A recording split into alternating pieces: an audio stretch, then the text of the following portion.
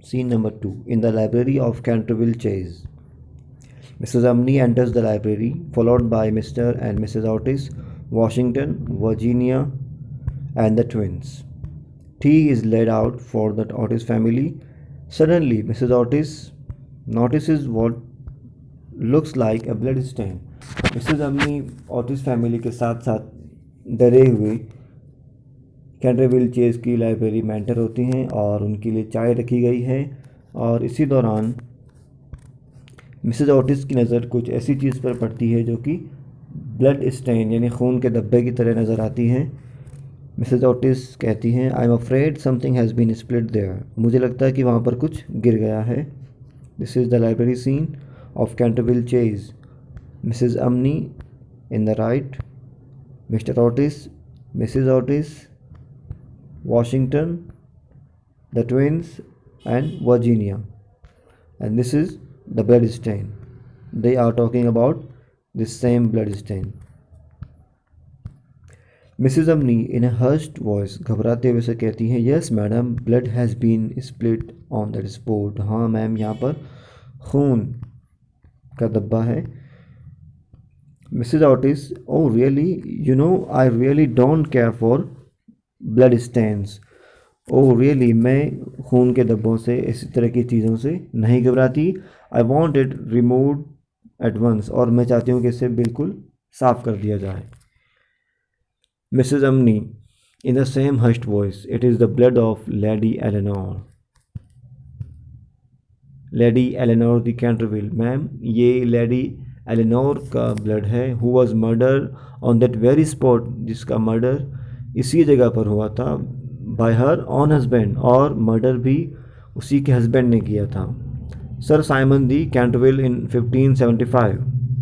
9 years after the murder he disappeared rather mysteriously. 9 साल बाद वो यहाँ से गायब हो गया। His body was never found.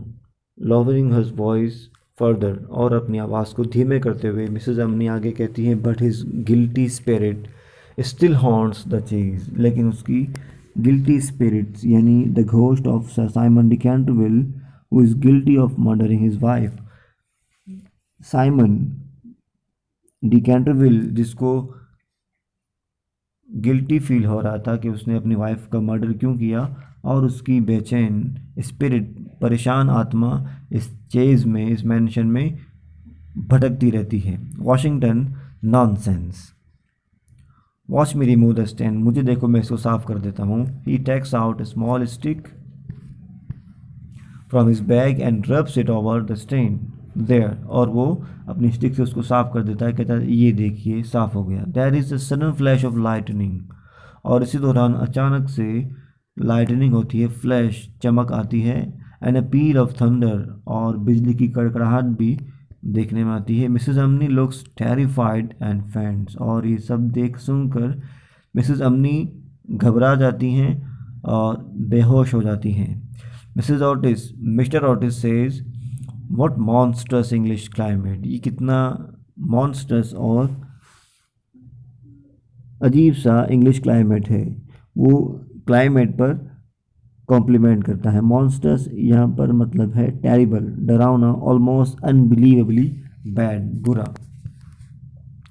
Mrs Otis, and what do we do with a woman who faints. और हम इस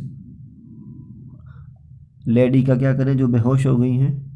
मिसेज अमनी रिवाइव्स, और इसी दौरान थोड़ी देर बाद मिसेज अमनी रिवाइव हो जाती हैं यानी रिकवर हो जाती हैं फेंटिंग से। उन्हें होश आ जाता है। And looks at the Otis family, और वो ऑटिस फैमिली को देखती हैं। Mrs Umney, I have seen things with my own eyes. मैंने अपनी सर की आंखों से देखा है। Sir, which would make anyone's hair stand on end. और जो कुछ मैंने देखा है वो हर किसी के रोंगटे खड़े कर देगा। Many a night I have not close my eyes in sleep due to the awful things that happen here. और जो कुछ मैंने देखा है उसकी वजह से मैं कई रातों तक सो नहीं पाई हूँ। इतनी ख़तरनाक और भयानक चीज़ें यहाँ हुई हैं। Mrs Otis, it is all right. Mrs Umney, there is nothing to fear, यहाँ कोई भी घबराने वाली बात नहीं है। At any rate ghosts don't frighten us, किसी भी कीमत पर घोस्ट भूत हमें नहीं डरा सकते। द चिल्ड्रन लाफ, और ये सुनकर बच्चे हंस पड़ते हैं। Scene number 3, in the morning in the library the twins enter, और इस सुबह को ट्विंस दोनों बच्चे लुइस और क्लार्क लाइब्रेरी में आते हैं और बातचीत कर रहे हैं। Louis says, look the blood stain is back, blood stain तो वापस आ गया। That ghost must have been here again, हो सकता है वो भूत दोबारा यहाँ पर आया हो। Clark says, let's camp out here tonight and wait for him, आज रात यहीं पर स्टे करते हैं। लेट्स कैम्प आउट हियर, आज हमें यहीं रुकना है। And wait for him, and we will wait for the ghost. Louis, we will trap him here, हम उसे यहाँ पकड़ लेंगे। You sleep by the door and I will sleep on the desk so I can jump on top of him, और यहाँ पर वो planning कर रहे हैं कि किस तरह से उन्हें घोस्ट को ट्रैप करना है। Clark, let's come here with our pillows tonight, आज हम यहाँ पिलोज यानी अपने तकिए लेकर यहीं पर कैंप आउट करेंगे, यहीं पर स्टे करेंगे, और हम उस भूत को घोस्ट को ट्रैप करेंगे यानी पकड़ लेंगे। Scene number 4, night, this is a scene of night time. Mister Otis is asleep, अब मिस्टर ऑटिस सो रहे हैं। The loud sound of clanking metal is heard, और तेज खनखनाने की मेटल के खनखनाने की आवाज़ सुनाई देती है। Mister Ottis wax up suddenly, और ये आवाज़ सुनकर मिस्टर ऑटिस की नींद खुल जाती है, नींद टूट जाती है। Mister Ottis, what on earth is that sound, और ये कैसी आवाज़ है। वेट, इट्स गेटिंग क्लोजर, देखो ये आवाज़ और तेज़ होती जा रही है, ये आवाज़ करीब भी होती जा रही है। No I am not imagining things, no मैं महसूस नहीं कर रहा हूँ, मैं सिर्फ कल्पनाएं नहीं कर रहा हूँ, मैं इसको बिल्कुल देख सकता हूँ कि कोई चीज़ को, बिल्कुल इसे महसूस कर सकता हूँ कि कोई चीज़ करीब आ रही है, और उसका साउंड, उसका नॉइज़ भी तेज़ होता जा रहा है।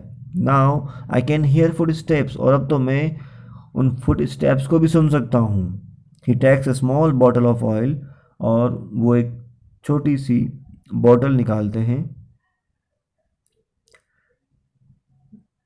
He takes a small bottle of oil out of a case and opens the door, और दरवाज़ा खोलते हैं। There right in front of him he sees an old man, और दरवाज़ा खोलने पर अपने सामने एक बूढ़े आदमी को पाते हैं। His eyes are red like burning coals, और दरवाज़ा खुलने के बाद जो सीन है वो ये है कि एक बूढ़ा आदमी जिसकी आँखें ऐसी लाल हैं जैसे कि जलते हुए अंगारे, burning Coles.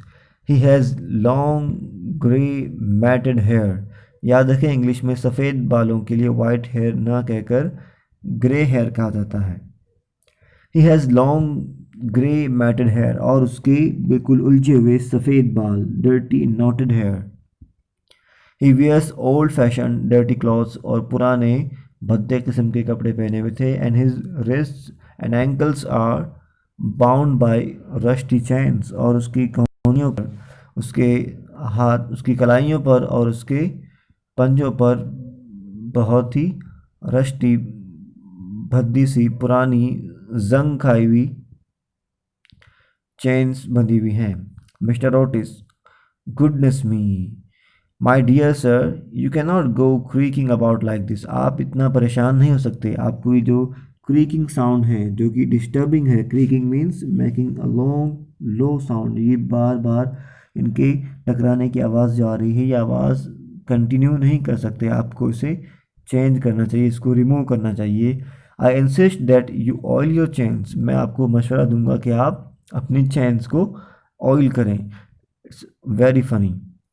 I will leave this bottle of oil for you, मैं ये ऑयल की बोतल यहीं पर छोड़ रहा हूँ। It is said to be very effective, कहा जाता है कि ये बहुत इफ़ेक्टिव है, और जब आप ऑयल कर लेंगे अपनी चैन को तो आवाज़ आना बंद हो जाएगी।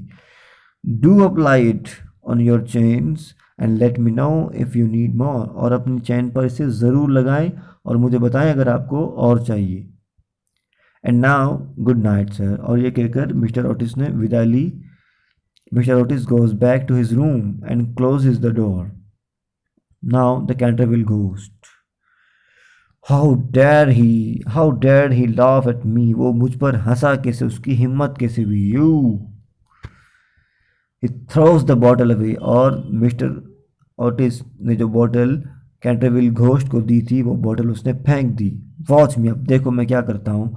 ही throws a green light around himself, और वो अपने से एक हरी लाइट निकालता है। And fills the air with horrible groans as he goes up the steps, और वो बहुत चीखों के साथ पूरे माहौल को डिस्टर्ब कर देता है। The twins appear at the top of the stairs, और उसकी चीखें, चिल्लाने की, कराने की आवाज़ सुनकर वो बच्चे स्टेयर्स पर यानी सीढ़ियों पर आ जाते हैं। ट्विंस कॉट यू, तुम्हें पकड़ लिया। वो बच्चे काफ़ी एक्साइटेड हैं इस घोस्ट को ट्रैप करने के लिए। They throw the pillow at the ghost, और उन्होंने तकिए फेंकना शुरू कर दिया।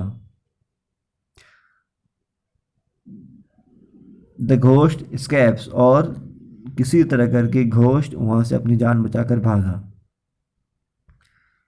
This is called a Canterville ghost. You can see in this picture long grey matted hair, and Mr. Otis